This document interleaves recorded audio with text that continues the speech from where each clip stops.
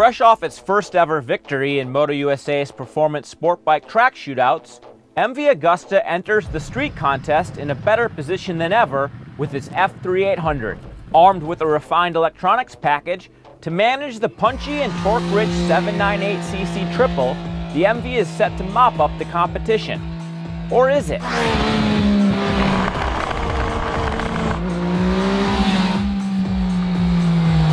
I had high hopes for the bike. I really liked riding on the track. In fact, it was my favorite bike on the track. Like between the whale, the engine, the crazy feel of the chassis, its strong brakes, like the MV is just an unbelievable motorcycle.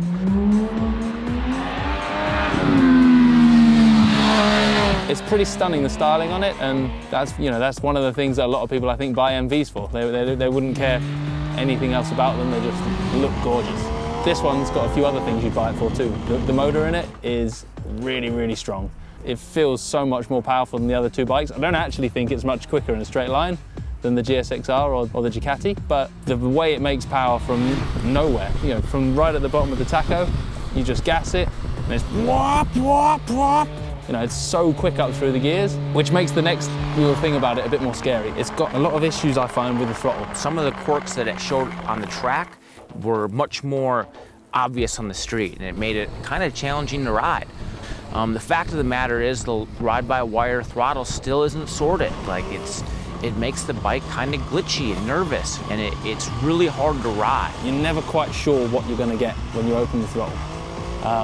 On track, it's not a problem. When you ride it full gas and flat out like a racetrack style, it's fine, you don't see any issues. But when you're riding it on the road, part throttle, transitional throttle, it never quite feels connected. It's like there's a rubber band between the throttle bodies and the twist grip. It's like a bad phone signal or something. You never quite get what you ask for.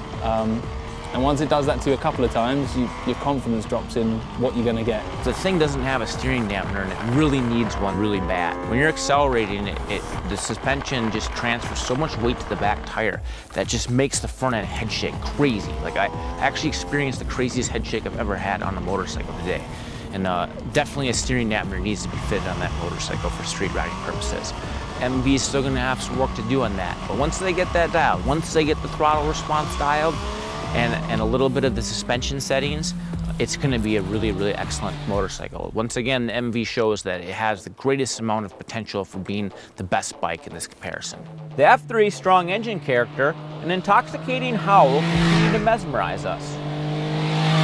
But his quirky on-off throttle response and at times severe head shake make it the most challenging to ride at any pace.